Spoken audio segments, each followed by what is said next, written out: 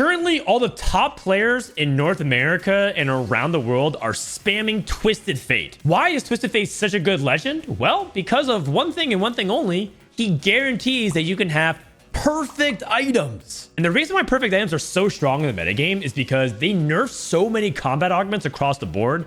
Things like Gifts of the Fallen, Know Your Enemy, Long Distance Pals, they've all taken a hit over the course of patches. So we're now at the point where best in slot items now outweigh the power of a lot of combat augments, unless you're able to get the perfect Exodia setup, which is pretty rare. And the best part is, Twisted Fate gives you reroll, standard tempo lines, and a bunch of obscure lines that are open up just because you're playing Pandora's items that you can guarantee best in slot items. Let's go ahead and dive into what all the top players are spamming across the region so that you too can climb Infinite LP. Before we start, I want to give a shout out to my sponsor, Mobalytics, who is helping bring you guys this video. Mobalytics is a dedicated data website to help you find the analysis and edge you need to climb. Check out their stuff at mobalytics.gg/TFT, where you can find compositions by myself, Dissoap, and many other top players in North America. By downloading their overlay, you can get meta comps in-game, as well as look at different community comps and my own compositions I'm using to climb. It's also the overlay that I use that recommends me real-time data of augments, as well as other information happening in the lobby, so that I can stay up to date. Download the app so you can get your best set 9.5 comps in-game with the Mobalytics overlay. Multicasters is the first comp we're going to talk about, and is entirely the reason of why you want to pick Twisted Fate as your legend in the first place. This is because you need very specific items like blue buff, Hextech Gunblade to heal your frontline, and ideally an AP source like Jewel Gauntlet to crit, or if you need to play a flat AP source like Deathcap, it's also acceptable, especially if you're playing things like Jeweled Lotus or other ways you can get crit. The reason why multicasters are so strong this patch is because they reworked the tree. No longer is it 2 and 4 and you get 1 cast and 2 bonus casts, but now you get 1 additional cast no matter what, and it gets more effective with extra mana at breakpoint 4. The big breakpoint is 4 multicasters. 2 and 3 are okay, but 4 is where their money really is, because you get 5 extra bonus mana. So that's essentially getting a free Shojin on all of your multicasters without the extra bonus AP. The item priority is you want to get 1 carry with blue buff, Hextech Gunblade, and ideally that Jewel Gauntlet and a flat AP. And then you want to start working on frontline items for Galio, which is oftentimes a double stone plate. Stone plates are not 100% mandatory. You could instead go for, say, if there's a lot of Vanquishers in the lobby, you can go for Bramble. That was important last patch because there's so much Ionia, Xayah, and Nilah Vanquishers. But if you notice there's a lot of AP, let's say you're in like a Sorcerer and you're contested multicasters, and there's even more AP swords like a Azir. In that case, you can go for a Dragon's Claw instead of a second stone plate. I listed some other random utility items that you really want. Like if you need a source of anti-heal, you can always go for Sunfire Cape. And if you need magic resistance trade, you can go for Spark onto Jarvan. But in reality, the biggest priority is actually go for Shiv and Morello on Sona. It's a lot more powerful than actually putting these items on Jarvan. This is because Jarvan ends up dying, and because you're rolling on 6 for the majority of the game, you're rarely going to be able to get Jarvan to 2-star, especially with how contested he is currently in the metagame. So putting a significant amount of items on Jarvan is heavily predicated on whether or not he's able to stay alive, and chances are he's not going to, because you're going to be playing a 1-star Jarvan. Let's say if you already have Sunfire Spark and you're like, oh, I have no more item slots, what should I do? You can go for like a Vow on Jarvan. That's also quite good. This is the board that you want to play at level 6, although you're realistically not going to hit this Jarvan for a while, so chances are you're going to have to play Poppy instead. And by playing Poppy, she's often just going to sit here behind Galio and then hold a bunch of extra items if you really need, but in reality it's just going to be like something like this. At level 7 you play Swain, but I want to make a note that you're not actually supposed to hold on to Swain very much. Usually at best I hold on to 1 copy so that if I happen to hit everything, I have the ability to level up and play Swain immediately instead of looking for that Swain. And so a lot of times people like hold and roll like for Vel'Koz 3, Twisted Fate 3, Galio 3, and they hold like 3 to 4 extra Swains. You don't really need to do that. Just hold 1 so that way you can keep your gold count flowing and slow roll that excess gold above 50 without draining like, 6 to 12 gold of holding extra Swains. And then level 8, I put in Azir, but in reality, you can put whoever you want. You can put in a Heimerdinger. Let's say you don't have, Morello and Shiv, which is kind of weird if you're playing Pandora's items and you don't have these items. I've seen people play Scion, but it's not really that good in this composition because you want to focus on the big burst. And a big reason why Strategist is so powerful in the composition like this is because you're able to get that extra AP source for all the JG plus the shield on the front line. It's everything that you could possibly want. Another reason why multicast is so strong is because Sona has now been reworked where her crescendo now gives a permanent attack speed stacking buff, meaning that the more she's casting, the more permanent attack speed your units will get, aka they'll charge up more mana and they'll cast again really quickly. And remember, with more attack speed means that they're going to be attacking more and getting that 5 bonus mana. It's kind of crazy once you start thinking about it. The 2 aura items I recommend in terms of putting on your carry would be either Mana Zane, so you get that fast cast and burst really quickly with like Vel'Koz or maybe even Twisted Fate, or Deathfire Grasp, so you can nuke the tanks and burst it down really quickly.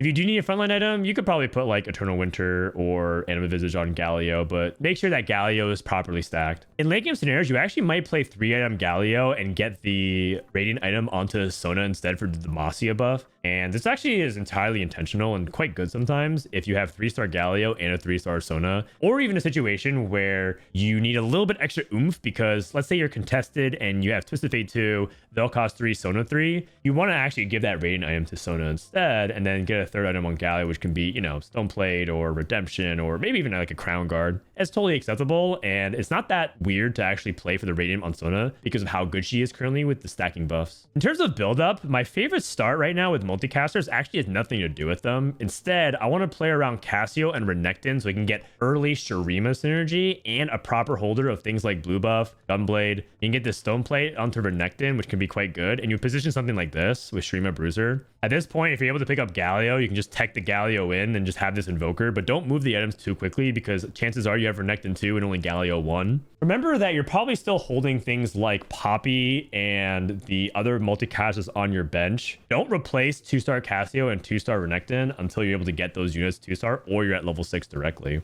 Level 5, I would recommend playing like another Bruiser. In fact, if you're somehow able to get 4 Bruiser, it's actually a really solid spot for you to be in. Another thing to think about is that blue buff with Invoker on Cassio is actually completely unnecessary because she has 30 mana anyways. And so having 30 mana and then the blue buff makes it so that Invoker is not that important. So in reality, you're just kind of playing around these early synergies so that you can get to level 6 very safely with a lot of HP. I don't recommend very much open forwarding into multicasters because it puts a huge emphasis on the need to hit very quickly. And it's just really hard to guarantee that. So this is usually the most stable way. And at level 6, you pretty much make that full transition. So Galio, Talia, Twisted Fate, and then ideally you roll until you can get 4 multicasters. So you're holding like these units on the bench while you're playing these units on the board. Eventually you transition and you sell all of this. You are ready to go. You tech in that Poppy and all of a sudden you got 4 multicasters and 3 Demacia on 6. Another option that you could use to open up, it's weaker, but it's still somewhat more playable and you ultimately still playing around Twisted Fate and Poppy, is to go for this and you put items onto Twisted Fate instead. So here comes the Gunblade and the blue buff. And then Stoneplate goes on to things like Alawi instead. You could play around this early and then you pick up like, you know, Talia, and then all of a sudden this could be a level 5. This is another reasonable way you can get to that board early and build it up. If you pick up Misfortune, you would want to play Misfortune instead, and then maybe at 6 instead you play Swain.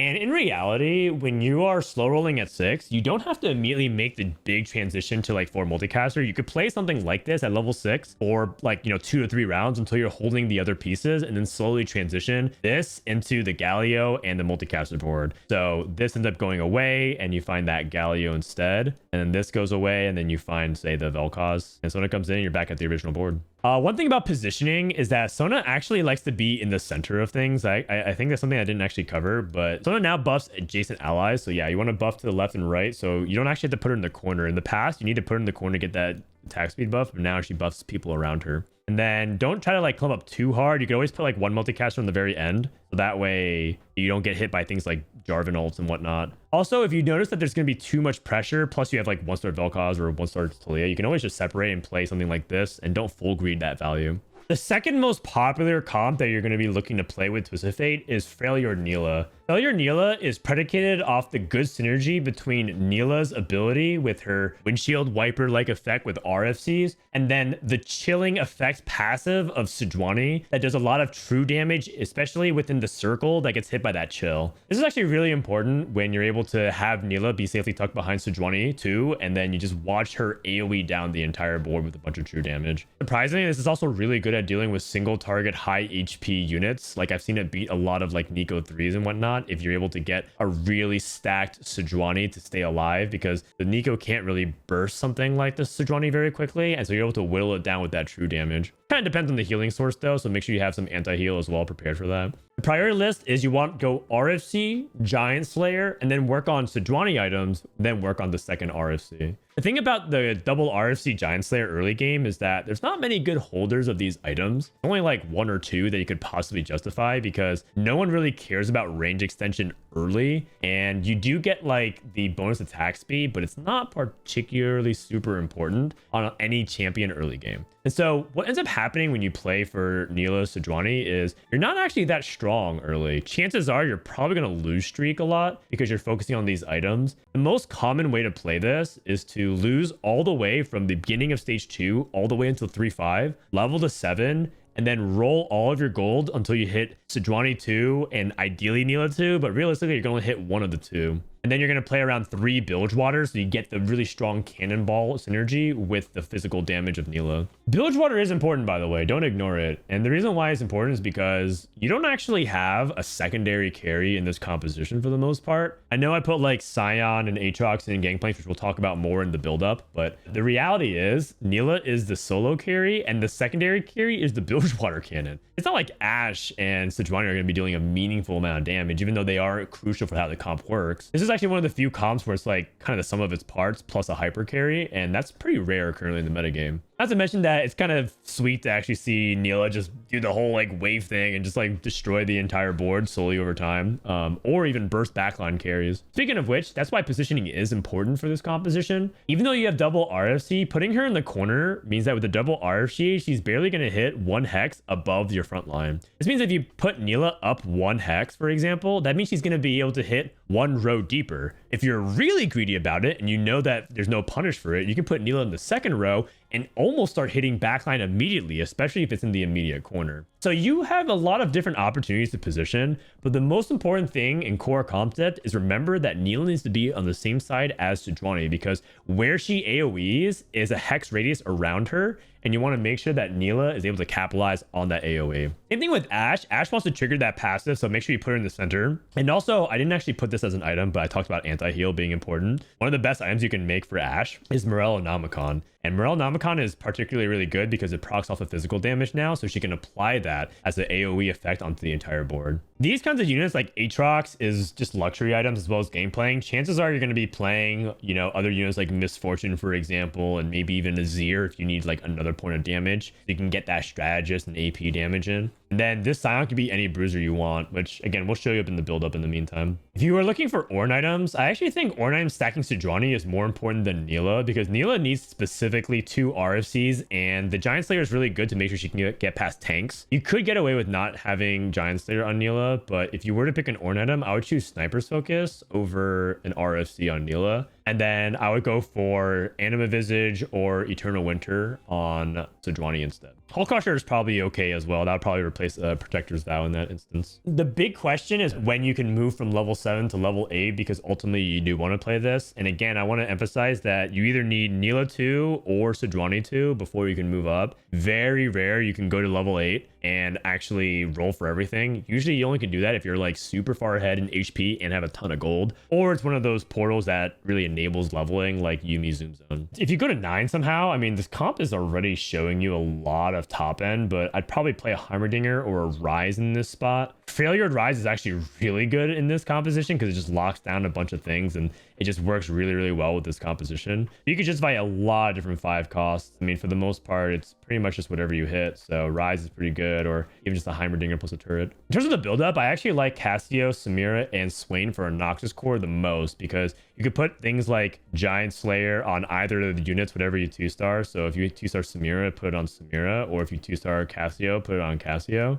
But remember, you ultimately still want something like RFC, Giant Slayer, and then you want to start working on frontline items. Swain is actually a fantastic holder of both Protector's Vow as well as Crown Guard because those are 2 great items with the Noxus HP that you get. Best 4th unit is usually Nefiri in this specific setup because you get the Shurima and the Challenger that links with the Cassio and the Samira. But if you don't get it, you can always just play like Renekton and whatnot. And then if you hit MF, you can always just tag MF in for the strategist. And this is like a pretty good level 5 that you can play. Level 6, you have actually a lot of options at 6. You could either add in more Noxus. Let's say you go for like, you know, Katarina and Darius instead. And then all of a sudden you're playing 5 Noxus for like a while. Maybe you cut MF because it's not that important at the moment. You just put her on the bench. And so this is something that you can like ride all the way to level 7 and ultimately, you know, sell most of this, if not everything, and just transition to the board that you want to play. Let's say you're in a scenario where like you have Cassio 1 and Samira 2 and you're like, okay, I'm not actually super tied to this Cassio. You could actually cut like both of these and go like Darius, and then you have the Noxus Juggernaut link here, and then you can play like another Bilgewater, so you can play Galawi. And this is like totally a fine composition that you can carry with as well. In this situation, you can even give Morello to Misfortune before you find Ashe. Alternatively, if you're still on that Noxus and you don't have that Bilgewater unit, you can always just slot in Ashe as well because you had that Vanquisher and just put that Morello on her instead. So it's quite versatile in terms of how you like build up towards it. And basically at this point, when you go to 7,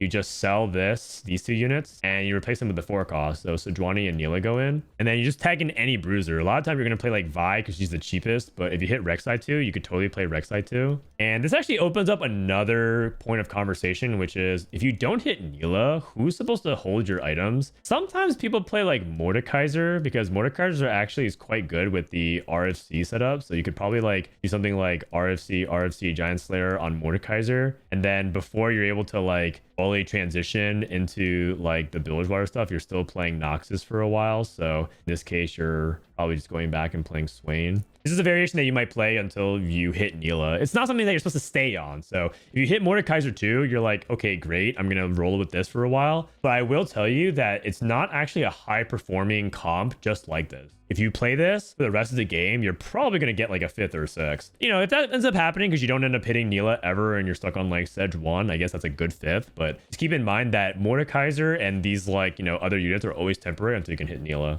You finally hit Nilah, congratulations. And now with Nilah in, we need Bilgewater. So we cut this Darius and we cut this Swain. Nahlas can go back in. And then we basically have like another free slot that we can put in here at 7, which is usually Jarvan, because Jarvan is a good strategist. And the Jarvan AoE is actually kind of important. So just keep in mind that if you do get a Bilgewater spat of some kind, it probably goes onto either Ashe or Jarvan because it matters how many targets they're hitting. It's a new patch, but Chogath is still around and he's pretty close to the same thing that we've played before. And part of what makes Chogath so dynamic is because you actually just need Chogath now that there's more viable carries you can put into the back line. In previous videos that I did, I highly encourage you to go around things like Cassio and maybe roll other 1-cost units like Milio, even if it's like a wood Ishtal, so you can go like a big stacking Cho. That's a little bit different now because if you're not able to hit Cassio for whatever reason, let's say you're contested or you're just not hitting it, all you really need is Chogath 3, and then you can play any kind of backline. We mentioned the Nilah comp, for example, with the Freljord. Chogath can actually fit with that because all you do is, instead of, say, play around this Cassio, you just look at an Ashe and you just play that instead. And look, you already have the Freljord and Vanquisher and you just play 6 Bruiser instead of like the Bilgewater. That's one way you can play Chogath. Let's say you have Cassio 2, but you already hit Chogath 3. You can always just play Cassio as an item holder with things like Nash's Tooth, like forget this blue buff, and then have it eventually reach into Azir and then kind of play like a Shurima type backline with strategist by taking in Jarvan instead. And so there's a lot of variations that you can play with Cho. Surprisingly, it's quite a flexible reroll composition, which is kind of cool. You don't actually see 1-cost reroll be as dynamic as Chogath. I've even seen people play sorcerer backlines like Silco plus Ari, for example. So in these kinds of situations, you're playing for like high cap sorcerers where you have Silco, Ari, and then maybe the Azir goes back in, and then all of a sudden this is like your backline. This can actually win lobbies if you itemize them all. And the best part is Pandora's always gives you the opportunity to get like 2 blue buffs in the late game, as long as you're able to roll these components correctly. The priority list is still the same, which is Bramblevest, Dragon's Claw, and Redemption on Chogath. If you do end up playing Shurima, let's say you're in a Bano cafeteria and you have a Shurima emblem, make sure that if you do end up having Chogath hold the Shurima emblem, that he's stacking the Chogath. So you would do something like this. That way Chogath will always buff the Renekton, because he's going to be the unit that you're most likely to be stacking from the beginning of the game. That being said, if you do have Shurima, you probably cut Redemption. I generally think that the Shurima Cho version is lower cap. If I do hit vertical Shurima Shurima, I'd rather give Shurima to like Sejuani and Scion and then just play all the other Shurimas behind him. Once you hit Chogath 3, just make sure you get 6 bruisers and any kind of backline going and you'll be able to win the game. One thing to keep in mind is that sometimes if you put Chogath on the edge and they're playing like solo frontline Galio with multicasters and stone plates, this Chogath can actually go straight to the backline. Sometimes it catches people off guard and wraps the corner. So definitely keep that in mind. The other things to consider is the same things like Sunfire and Spark is really, really good onto the Renekton in particular because it helps provide that shred. And that's actually important if you're playing backline Cassio or Azir. One other possibility I didn't even mention, by the way, is if you play Kai'Sa and Fiora, which you could actually do because Kai'Sa is a Void, so you get that extra bonus of the Void Remora. I'm not that big of a fan of this variation, but I have seen it do okay. And the reality is you're just going to hit these units uncontested. And I've seen people hit like Kai'Sa 3, Fiora 3 because no one else is buying these units. So you might as well just like pick them up. So do not skip things like Kai'Sa if you're looking for a backline DPS and you hit that Cho 3 but you have nothing else going. Just hold on to Kai'Sa, give her some of those random AP items, give the AD items to Fiora, and just watch them cook. Late game cap out is also possible through things like Heimerdinger and Rise. You don't need that much more frontline. You play things like Aatrox, for example, and Cassante, you have so much frontline that it's not that important. The one exception is if you get a Bruiser Emblem. Cassante with Bruiser Emblem is actually kind of filthy because how stable he is. So if you do end up hitting a Bruiser Emblem, I would highly recommend putting it on Cassante. Probably cut the weakest unit, which would be Vi in this instance, and then watch Cassante cook, and you can probably play 4 Shurima behind this, like Azir +1. If you do end up hitting Ornn items, I would recommend Anima Visage or Death Defiance on Cho. I think Death Defiance is probably the best since it reduces mana damage. Also, I want to give a shout out to Radiant Dragon's Claw. That item is beyond busted onto Chogath. Very, very insane if you're able to get that and you're playing on something like Hearthhome or you get like a Radiant item to pick off your first augments. The build-up core is still the same as usual, which is you want to play around Cassio plus Chogath and Renekton so you can get the early Shurima and Bruiser. And you're just going to be slowly but surely adding in more Bruisers over time. In reality, a lot of times you're going to be focused on economy. So you're going to be playing something like 2 1-star Chos and like 2-star Renekton, 1-star Cassio, and trying to like lose streak, but sometimes you end up just winning a lot, especially because you kind of want Chogath to get stacks with his feast. Winning fights is not the end of the world because most likely that means Chogath is getting bigger and getting fed. You want to feed Chogath like a good parent, so it's okay to win some random fights here and there. But let's say you're just playing like a traditional like add 1 unit at a time. I've also seen people play like, instead of Castle, you play Malzahar and then you hit like an early Rek'Sai, so you have that Void Bruiser going on. And then at 5, you can just add in Vi and you could just roll for this for a while. This is like if you're not hitting Cassio, you can just have like, Malzahar hold these random items. Let's say it's like Guard Breaker and, Nashor's Tooth, and you're trying to build your way up into like, Azir or even Mordekaiser. Mordekaiser can slot into this comp because of Slayer on Rek'Sai. At level 6, it's usually whatever adjacent synergy you have. I've seen people play like Orianna just for like the sorcerers if you're playing Malzahar, but let's say you're playing Cassio instead. You could just play like another invoker like Soraka and just heal your front line. That also works. If you do hit an early Sejuani for whatever reason in stage 3 because you are a beast, you could always like, put Vi on your bench and then play for an Ashe instead. So you have a lot of different options at 6. At level 7, you're ideally going to be rolling a little bit so you can get like the 4 cost that you want. So let's say, you're not playing this Cassio, you go for the Azir instead. And then you're just playing like a strategist. So you have Jarvan and you roll with this until you get 6 bruisers. Overall, Cho's in a pretty good spot in the metagame. I think while he's really strong, he feels actually quite fun to play. So give it a try if you have a spot and make sure you get those proper items going. Kayle is actually one of my more niche picks right now. I think she's actually quite strong, but not a lot of people play her. And with so many people re-rolling things like Rogues and Chogath and other low-cost units, maybe even Noxus, Kayle's actually quite easy and free to pick up lots of top 4s. Funny enough, Kayle used to be known as like a 1st or 8th comp, and right now I feel like she's kind of like a top 4 comp that goes like 5th, maybe if you're like low rolling. And this is because Kayle's actually quite good with Bastions in particular to withstand a lot of the burst currently in the metagame. Another reason why Bastions are really good is because they're really cheap. Outside of Cassante and maybe the 1-4 cost in Shen, most of this comp is 1 to 3 cost. And so you're able to get it online very quickly, and that makes it a lot easier than 7 Demacia. I think 7 Demacia is probably higher cap in terms of like no extra emblems or extra hearts. But the thing is, Jarvan is so hard to hit, and also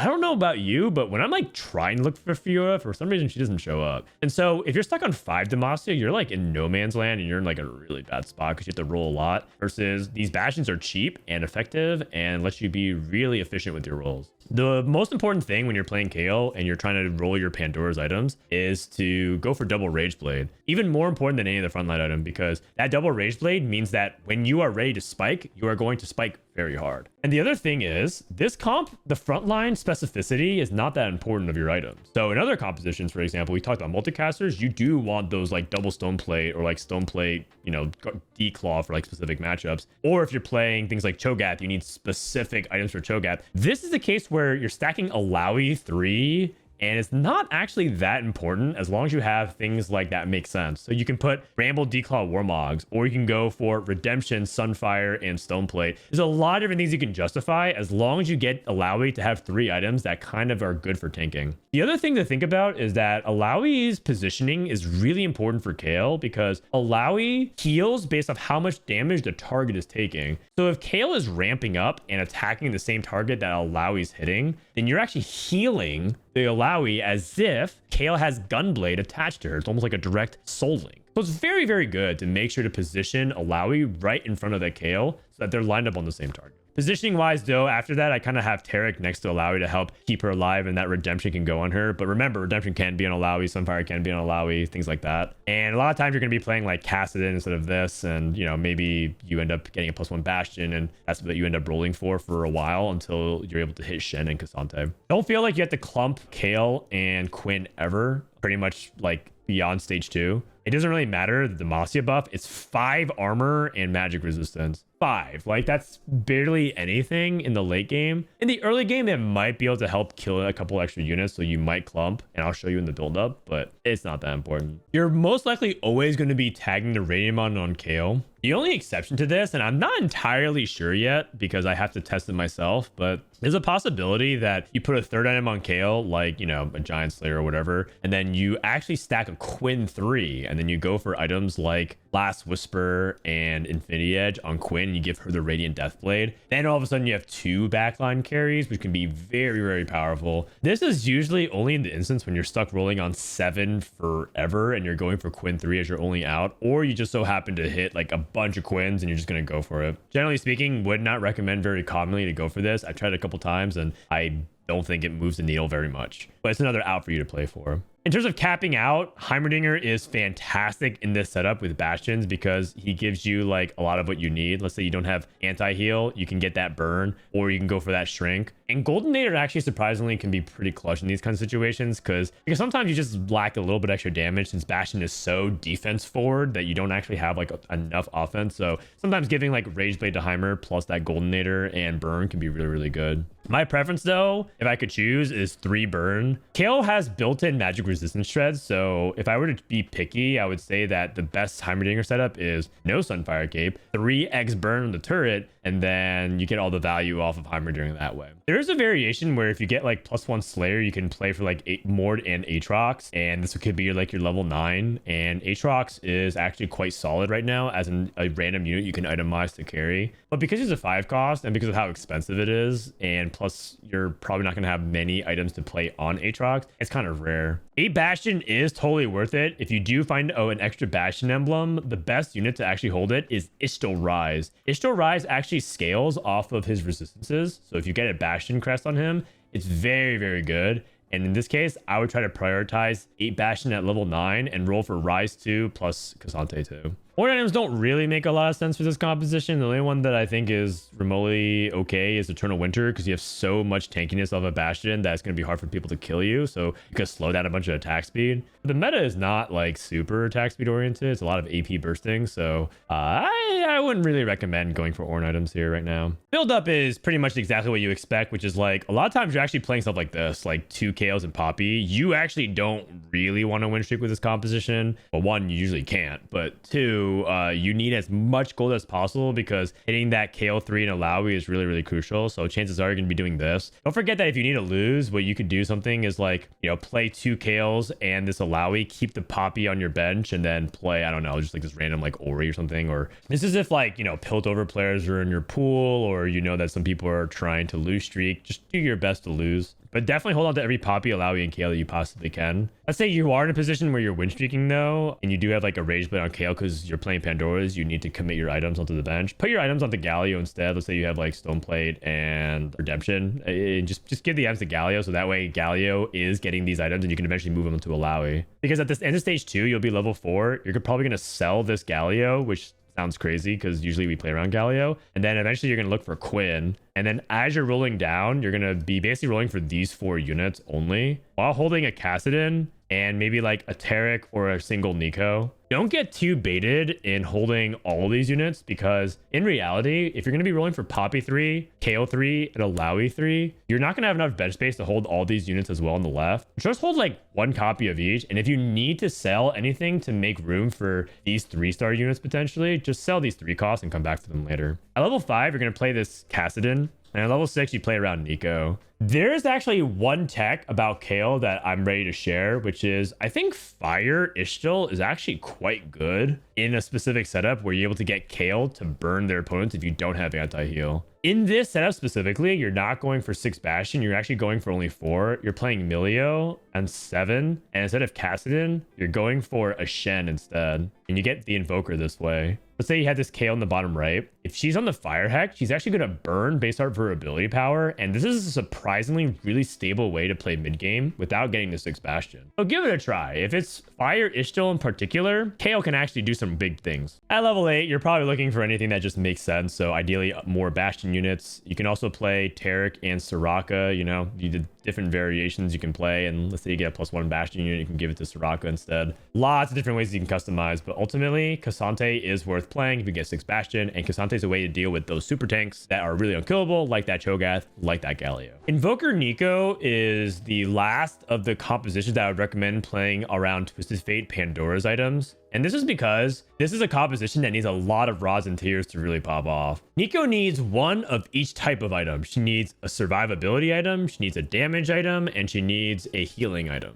Survivability can come in the form of something like Crown Guards, for example. And the damage item that's most common is Titan's Resolve, because it gives her a bunch of AD and AP stats with alongside a bunch of resistances, which can be kind of good with her shield. And then healing, so that way she can keep herself in that fight. So commonly you'll see Bloodthirster or Gunblade. You can actually play a Hand of Justice in like a Night Harvester damage build, but I'd only recommend that on ice and no other variant because Neeko's too fragile otherwise. I guess you could try to probably play her on wood as well, but would you do it? Maybe, maybe not. I actually think overall, if I'm playing wood, I still go for a Titan's Resolve, which is really good with Gargantuan Resolve as well. The augment that gives you up to 40 stacks. Very, very good in this composition. Soraka Abyss is probably Nashers plus 2 Archangels, but sometimes you don't have the ability to have a Spark on your front line because you just are not rolling it. It's okay to put Shiv plus Nashers on her and an Archangels. That's also okay. The best Ishtal portals to play for Neeko in particular is Wood and Ice are the most common, but I think Fire and Wind also have merit to it. I played a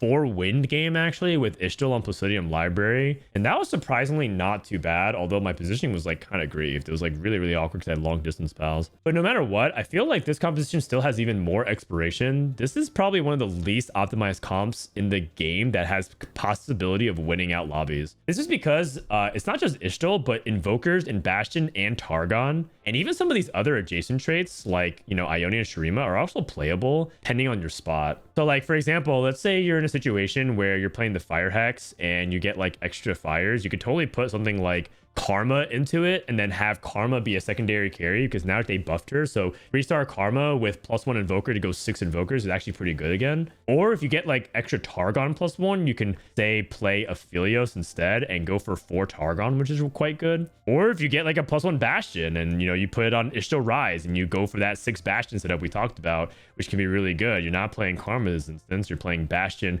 on Rise, and then you find a K'Sante. All of a sudden you're looking for another Bastion unit and you go 6 Bastion, just, you know, throw in, I don't know, Kassadin, for example. And this is like another setup you can play if it's like an Ishtal Rise. There's so many different variations of Invoker Neeko that's like really, really fun to play. So give it a try. If there's one Ornn I recommend, Death Defiance on Neeko is absurdly good. So definitely get it on her if you do somehow get an Ornn item and you want to angle for it. Positioning is going to vary game to game because of the hex, but there's one thing I want to comment about Ice Ishtal in particular is that if you do have Ice Ice Distill, just solo frontline Neeko at the very end of the game when you get her to 3-star, because she gets surrounded and then she almost becomes like an assassin or a rogue because she freezes herself in ice. Then all the enemies walk to your other units, and then Neeko will sometimes ult the backline and then one-shot it because she's so strong at 3-star. So yeah, like definitely if you have an opportunity to solo frontline Neeko, you have ice and everything like that, just watch her do magic to the backline. Other than that, it's pretty traditional positioning. Like, just make sure Soraka doesn't get Jarvan ulted alongside everything else, and just try to dodge like other things that'll be really annoying for your composition.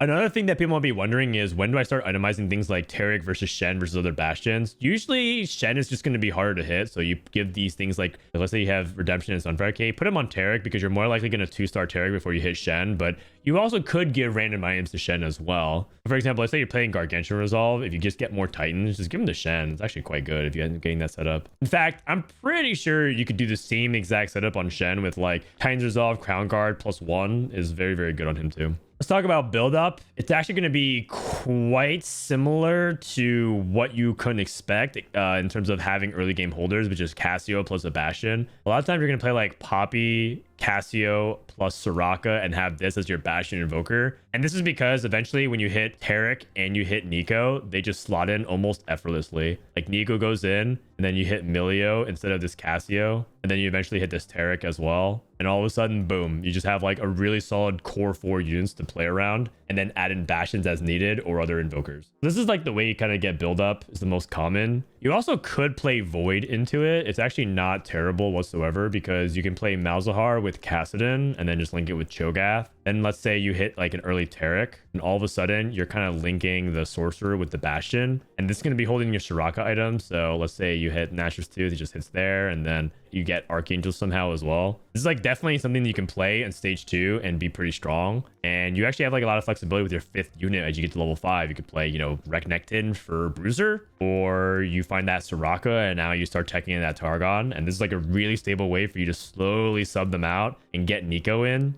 as well as +1 Invoker. So in this case, it'd be Milio. And look at that. You just have that, you know, Lowry ready to go. Now you have 4 Bastion. Boom. And then when you get to 7, it's pretty much just add in whatever odd unit that makes sense for your composition. So a lot of times people like even double up on Soraka entirely, and then you end up just playing like 2 Sorakas on 7 until you're able to stabilize, and then eventually shut this out for Shen. Which actually brings us to another core point. Double Trouble is still very good in this composition. So if you do end up playing Double Trouble, you just sub this out. You play Neeko. Instead of Kassadin, you play Taric. And this would be your level 7 board for Double Trouble. If you do end up getting 8 to Double Trouble, by the way, just add in a Felix in the back line because your front line should be good enough. Also, I haven't decided yet, but I think Double Trouble, you actually want Taric on the outsides instead of Taric on the insides, because I think the Neekos want to be protected since you want them to ramp up and deal a lot of damage. But it's not something that I've completely figured out yet. And again, I think this is one of the least optimized comps in the meta. It's just very hard to figure out like all different Ishtal and Bastion Invoker Targon variations. So have fun experimenting. All right, the last bonus comp is cutting edge tech. You guys know that I love to make you guys all my guinea pigs, right? So I think this is an emerging composition that is starting to pick up traction at high elo, but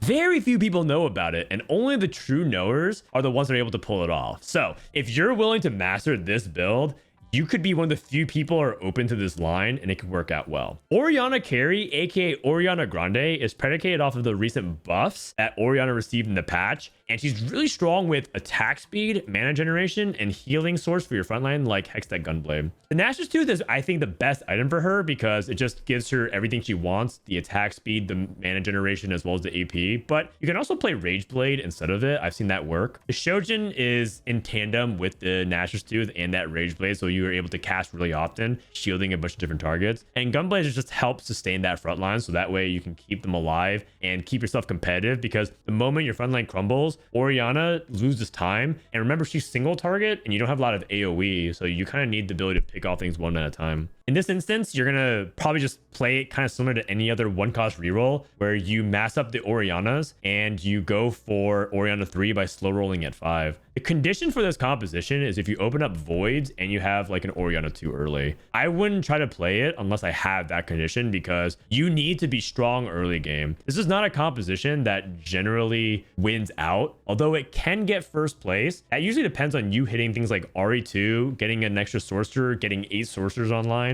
and like capping out really, really high. by having like 3-star Orianna, 2-star Ari, maybe a 3-star Vel'Koz. In reality, it's a really solid comp for like a 2nd to 4th if you're able to get the Orianna online by early stage 3. And again, this is a composition to keep under your belt if other people are playing a bunch of 1-cost rerolls and no one else is taking sorcerers. Plus, there's an added benefit that if you're just playing for Vel'Koz 2 and Sona 2, you're griefing the multicasters players, which is always a thumbs up from me. After you get these 3 items on Orianna, the 2 items I would recommend is Sunfire and Spark on things like your Taric or your Swain. Put these items onto whoever you 2-star first because that's going to be the more reliable unit. I've even seen good players like Dishsoap put these items on Kassadin because things like Swain was being contested by other players who were playing like Noxus and, you know, the other reroll compositions. So you can go for like a Kassadin 3 as well and just have him be super tanky. It does not matter as long as you have a good frontline unit that can withstand damage. You might be wondering, like, do I ever play Silco here? The answer is like maybe. You kind of want to have like a good frontline source. So let's say if you're in a situation where, you know, you don't have Kassadin and you somehow like stumble upon Shen, you actually could end up going for the traditional Sork line and just going for like no Kassadin,